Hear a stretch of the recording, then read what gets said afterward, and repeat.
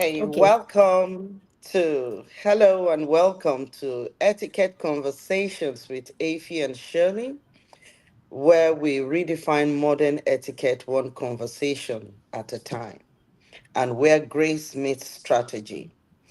Uh, we explore here the art of civility.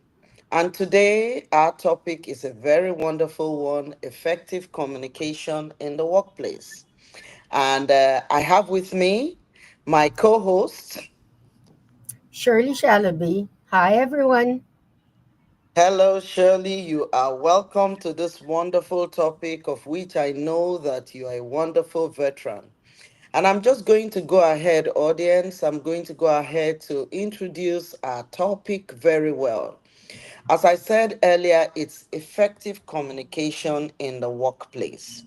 And every individual working in a team or leading one in the workplace, effective communication is something very, very important. And we are diving into that foundational workplace excellence.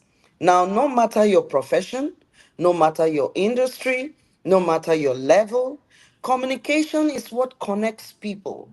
It clarifies the visions, it drives performance, and it defines your culture. The way you communicate actually tells people your pedigree. The way you communicate actually tells people where you're coming from. Yet it is often the most underdeveloped and misunderstood skills in every organization. So today we're going to communication in workplace is very broad, going from verbal, non-verbal, the way you act, so many parts of communication, your professional presence, emotional, cross-cultural, conflict resolution, it's so broad. And that's why today, as usual, I have my veteran friend, Shirley. She will be speaking to us on diverse parts of communication, and I will speak as well. Welcome, Shirley. Hi, everyone. Yes, indeed, this is our favorite subject, Effie and I. And together we will give you a step by step etiquette toolkit on how to cover the subject of looking professional. So Effie has mentioned communication being very, very important. Looking professional means looking credible, looking authoritative, looking consistently credible and consistently proper. When you look professional, you give the perception of being competent. Chances are people say, oh, he looks so professional. He knows his job. Could be. I mean, first impression is very, very important. So we're going to go step by step. What are the elements of being professional? There are several elements and several components that would make a person become professional. First of all, the image. We know how important that image is. It is the most important part of communication. People judge homes by their door, and they judge books by their cover, and they judge people by the way they look.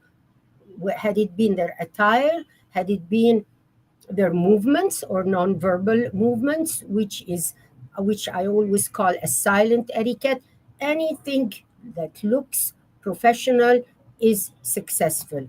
So the look of a professional person should look credible, as I said, authoritative, and confident. Now we have mentioned the three components, which is the visual, and the verbal, and the other visual but with movements. I will stop at the component number one, which is your impression, your attire, your wardrobe, or your power wardrobe. Us image advisors, we call it, do you want a power wardrobe? Do you want the recipe of a power wardrobe? So I'm addressing that talk to young professionals who are freshly graduating and whose career is going underway, or the beginning of their career. Let's select those who work for the financial industry and those who work for the as professors to educational industry, and those who work in the legal industry, who in law firms. And let me address ladies first, and then I will address gentlemen. All right? So, first of all, get the power wardrobe and let it work for you. Check your wardrobe first and look at it. All what you see is those Bermudas and shorts and printed shirts. Get them out of the way. Do not throw them, but put them out of the way and organize your wardrobe in a way that you can select your power suit every day. Remember, you spend two-thirds of the day at work. So two-thirds of your closet should be work, should be power, and should be professional. I'm afraid, you need to invest money in buying your first suit, one or two suits, so that they live 2 or 3 years. It's a good investment. So when you wear a suit, you are dressed professionally. You don't have a problem of wondering, what am I going to wear with it?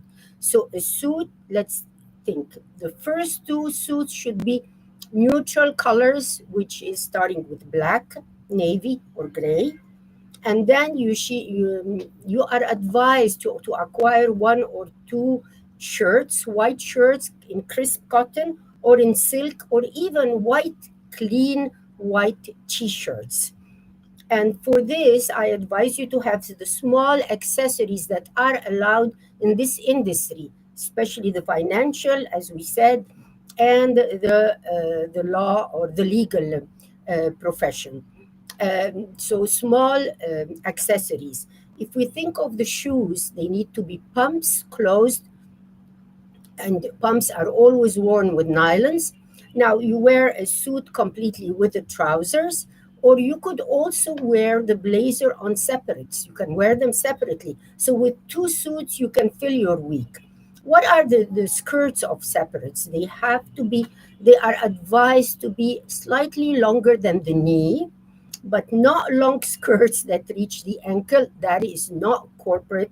That is not as powerful as the one that is underneath the knee, with nylons and pumps.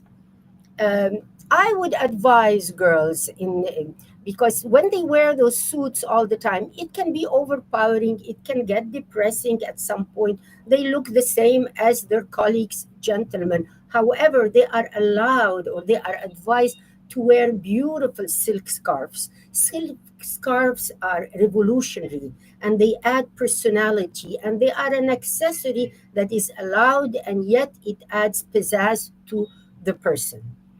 What else now? Now, if we talk about the grooming, what kind of makeup? Do I wear those suits and no makeup? Absolutely not. Makeup is paramount. Makeup is important at work. However, there is a selection of color. The color should be all fawn and browns, and nothing striking and nothing shocking. That's for sure. But a bit of makeup, the nails, not hands, of course, nicely groomed, and the nails not longer than half a centimeter length. And indeed, you wear nail varnish, any color you want, as long as it's not chipped. This is why they prefer the cream color or white color or um, nail varnish. But if you wear red, make sure it is not chipped. There are misdemeanors with your wardrobe, which you need to try and be careful with that. As I said, your image is important. Even presidents of countries, they realize that they need to be camera savvy, and the celebrities, they hire those stylists to help them wear and stand up properly. So for you, it's also very important. If you need an advisor, we are here to advise you, but there are things you need to avoid. First of all, your hair uh, needs to be nicely groomed, nicely cut under the chin or on the shoulders. On more than the shoulders, I advise you to put it up in a bun or a nice chignon. Accessories very small and not overpowering, not to divert the attention of the person who is talking with you. But as we know, diamonds are the girl's best friend. Like, wear your diamond ring and wear your nice watch, but not the sports watch. I mean, complete the look. Professional with confidence should have a complete look, of course, which is complemented with a proper posture. What are the things that a girl, a working professional girl, should avoid? Figure hugging shirts, shirts that are getting so tight that the buttons could break, and the camisole looking shirts or lacy shirts or figure hugging trousers or skirts. All these things, please avoid them. And also perfume. You can wear eau de toilette, but I do not advise you to wear a heavy perfume that is overpowering, especially if the person talking to you has got asthma and dislikes this sweet smell. Sweet smell is not for the office ambiance.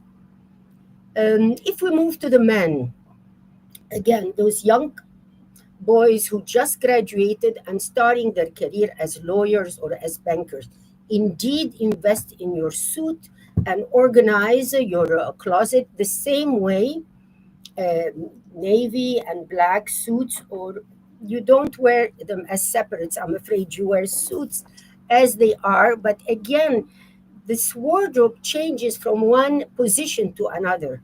Had you been a teller or a salesman or a medium position, you are allowed to wear friendly colors. Now, what is the palette of the friendly colors? Soft gray, light blue. On the contrary, a teller with those friendly colors is amazing, is really attractive, and the shirt soft blue. So the color plays a role, and we do encourage young professionals to wear not a perfume but an aftershave lotion. It gives the impression that this guy is very sportive and fresh. It's very invigorating. Now, there are accessories to wear with those suits. Like what? Shoes. What kind of shoes? On the suit, you need to wear the Oxford shoes, which are the ones with the lace. Not this lovely slip-on Italian styles. They go with separates, but they don't go with suits. The tie, I'm afraid you're very limited with colors: burgundy, red, blue, or soft stripe. Although, if you're a manager or a top manager, you are allowed those flowery ties, indeed, very much. But we do not advise ties, with animals and messages and names. The ties with animals were fashionable a couple of years ago. We did not advise managers to wear these colors. As for the misdemeanors of men, what are the things to avoid? If you're wearing your suit completely, do not spoil it with dandruff on the shoulders. Do not spoil it with the scuffy shoes that are dusty. Make sure you're going on a meeting. Make sure you clean the edge of your shoes before you go on the meeting. And again, a manicured, clean nails for gentlemen is very important. I am very doubtful about the beard. A lot of young people, they insist on having the beard, but honestly, with these professions, no, we do not recommend that. Um, would you like to add anything, Effie?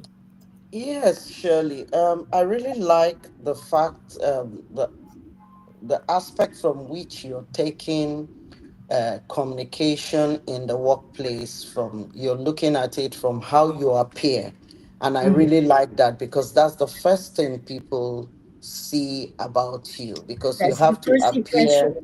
Mhm. Yes, that's the first impressions, because people need to see you before they speak with you. And I would like to take it in, I would like to view it from another perspective, Please do. what communication really is. Now, yes, you want to appear great and you want people to accept you through your first impressions, but there are underlying things, in my view, before you begin to appear. And what are those underlying tools? It is first, what are the foundations of the communication you intend to go into? What are the foundations of it? Communication means you're trying to transfer meaning, understanding, and emotional tone to get what you desire. Now, in communication, it involves the sender looking at it from your point of view, who you're going to meet. There's a message, there's a receiver, and there's a feedback. Now, Absolutely. miscommunication happens at any point in that process. For instance, using your perspective or your where you drew your first impressions from. If you are badly dressed, you have miscommunicated. It means that whomever you are going to meet is not going to receive you the way you intended it. And so at that point, there is already a miscommunication, which is happening at the point of the first impressions. Now, why would communication fail between you and your bosses or your business partners? One, Mm, assumptions. Using your perspective as a example, assumptions. Take in a situation where you assume that because I am African, you can wear very bright prints to a formal business meeting with me. Now remember, very bright, flowery prints to a formal business meeting. Already there's a miscommunication there because they are very bright. And as you know, through image, the power, the psychology of colors, mm, bright, what bright evokes, what flowery colors evoke. yeah. They evoke friendliness. They evoke more of too much of activity. And remember, it's formal. It's a formal business meeting where what you're wearing is supposed to be some, it's Some, supposed to have some level of subtlety in the dressing. And if your dressing comes too powerful to me in a formal business meeting, what would come to my mind is this person doesn't realize that this is a formal business meeting. Another miscommunication is lack of clarity. When someone is not clear on his purpose, it can cause communication to fail. Now, emotional noise. If while you're coming for a communication or for a business meeting in the office and you are having so much noise, things happening around you that makes you not to listen very well, it will cause communication to break down. Cultural barriers as well would cause miscommunication. Disrespect or poor etiquette again would cause miscommunication. Then absolutely. another thing is lack of, when leadership is disconnected, there would be miscommunication. So now great communication ensures if you want to communicate, what should be at the back of your mind before your first impressions should be, I want to communicate, I want to collaborate. Mm, I want to collaborate. In this meeting I am attending, in my workplace, I want to communicate. I want to collaborate. That's the purpose of my communication, for us to have a collaboration. And mm, then, and you must be accountable. There must be accountability in that communication. You must be able to hold yourself to the promises that you make in that communication. You must be innovative. For you to succeed as well, you must have team spirit, and then there must be loyalty and trust. Remember, Shirley said to our viewers now, remember, Shirley said something. Shirley said that it's about first impression. So How do you, through your first impressions, build or profit from loyalty and trust? How does the Absolutely. person that you are going to meet, or your boss in the office, or your colleagues, how do they trust you through the first impressions that you make? This is, and when we come back, I'm going to ask Shirley some questions based on what she said, and we're going to dive into the core dimensions of workplace communication. Sit back. Shirley, may I ask you, when you talked about bright colors in a workplace, what emotional feelings does this Absolutely. evoke in image? Of course, listen, colors have a very big emotional meaning. Although companies spend millions on their advertising and their brand, and they create a brand that does not have your colors, the colors that you enjoy, but you are the logo, you are part of the logo. I'm afraid you belong to the company, and your dress code is again the logo of the brand. So you have to stick to it. However, as I said, neutral colors and black for the very austere power wardrobes. But girls who are blondes with the gold undertone in their skin are advised to wear brown, dark brown blazers because it suits them and it mingles well. And nowadays, the last 2 years, um, of course, working girls are advised to wear a red blazer, but there are so many 36 shades of red. She has to be clever enough to select the shade that suits her. But red is authoritative.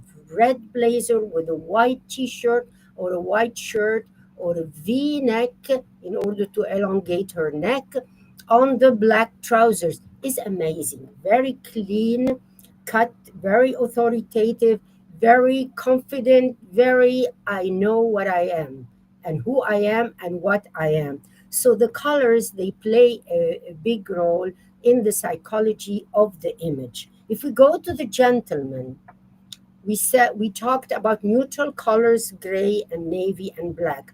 What about brown? Some gentlemen they love brown.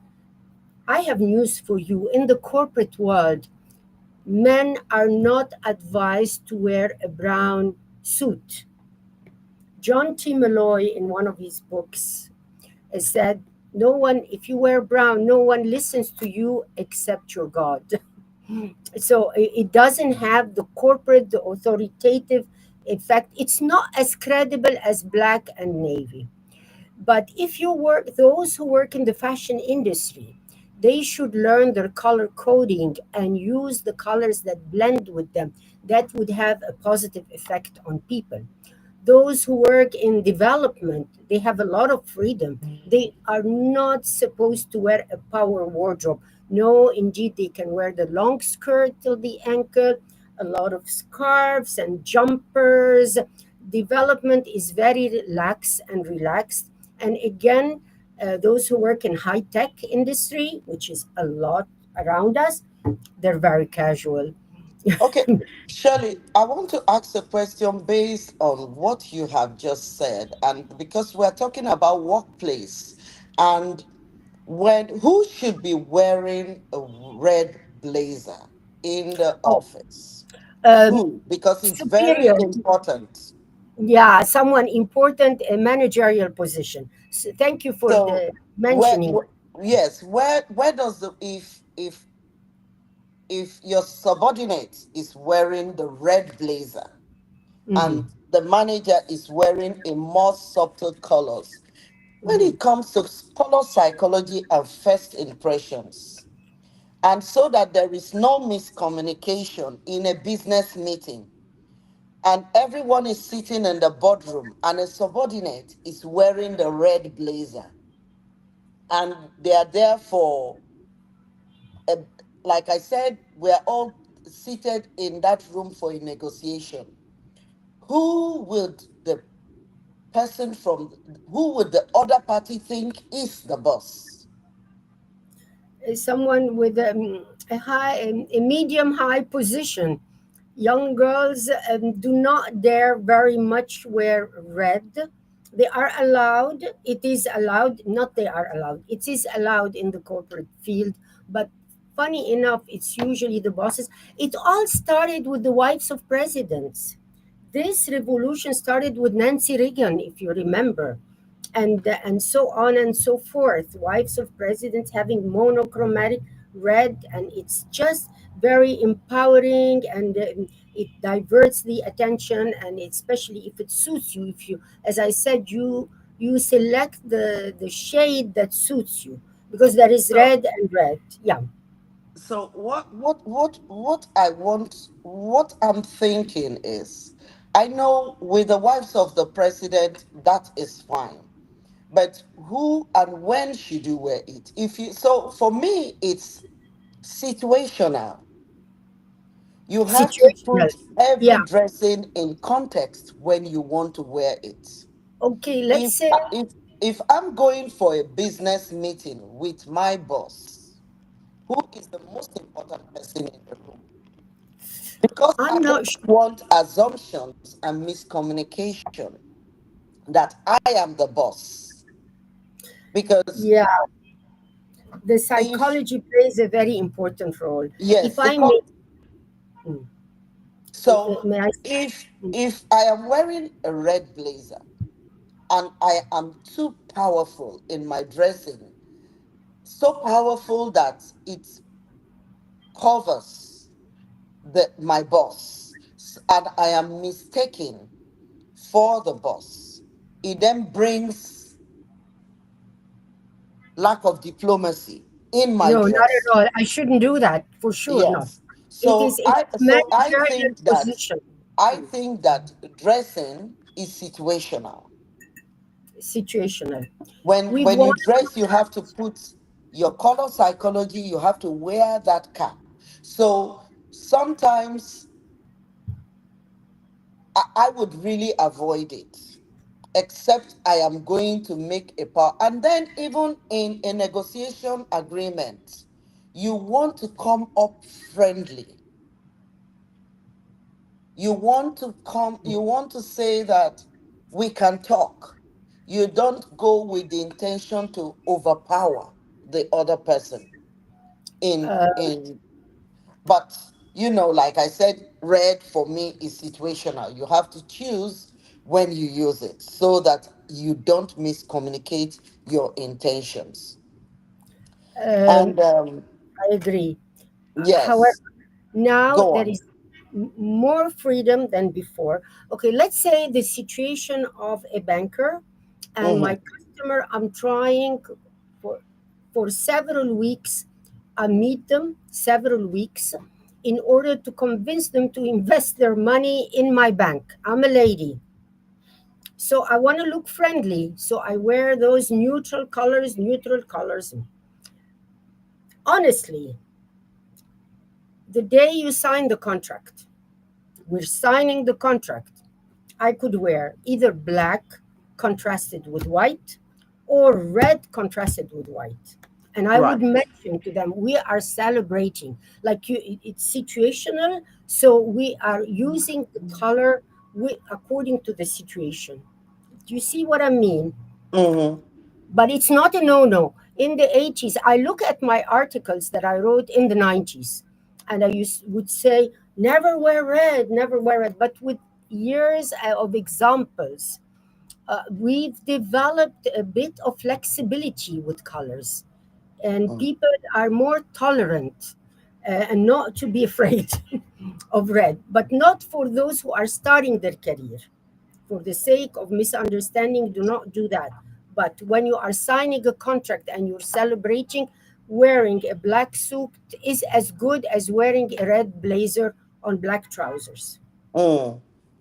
Wow, that's wonderful. I like the fact that we have taken it from this point. Now, From this point. Yeah. yes, I like the fact that we've taken it from the point of appearance and how you are seen, because you are really communicating who you are through your first impressions. And This we're is just going to, this is quite, to our audience, this is quite a very vast topic. Communication is a very, very vast topic, and we are almost, our time is almost running out. When we come back next week, we are going, but surely before we round up, I still have a question for you. Go ahead, But for darling. our audience, when we come back next week, we're going to be discussing verbal communication, non-verbal communication, written communication, digital communication, interpersonal communication. We're going to be going into all of that. But we're going to speak, I'm going to ask Shirley a question about the nails because she rushed it. In your first impressions, in your appearance, which is the way you communicate who you are, nail colors and nail style, what is the proper nail style and nail colors for the office, for the workplace? And when I say Nails. workplace, I mean business meetings and office. You mean nails and hands. Nails and hands. The style. Not to bypass the length of your nails, should not bypass half a centimeter length. You're not Okay, advised to have long nails. Those good. long pointy nails, they're not office and corporate friendly. And of course, you wear nail varnish as much as you wear makeup. But of course, this is why they developed the fashion of French manicure. French manicure is perfect, with the edge being white and the rest being sort of nail color or cream color or all those soft colors. If you want to wear red nail, if you are the boss, you are not allowed, you're advised to wear proper nail varnish that is red colors, but not longer, as long as it's short and it's really not chipped. So So it's very classic red. difficult. So Yeah, you classic can. red. Oh, I yeah. know that classic red is fine if Oh, you want to yes. wear that With the classic black, red. with the suit, lovely. It's Very, very, contrasting. It's very adding lovely. personality. Remember, you have to look corporate and attractive too, and Right, nice, right, appealing to the eye.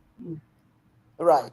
So to our audience, I think today we've really talked about appearance in communication. And I like the way my veteran friend Shirley has brought this to the fore.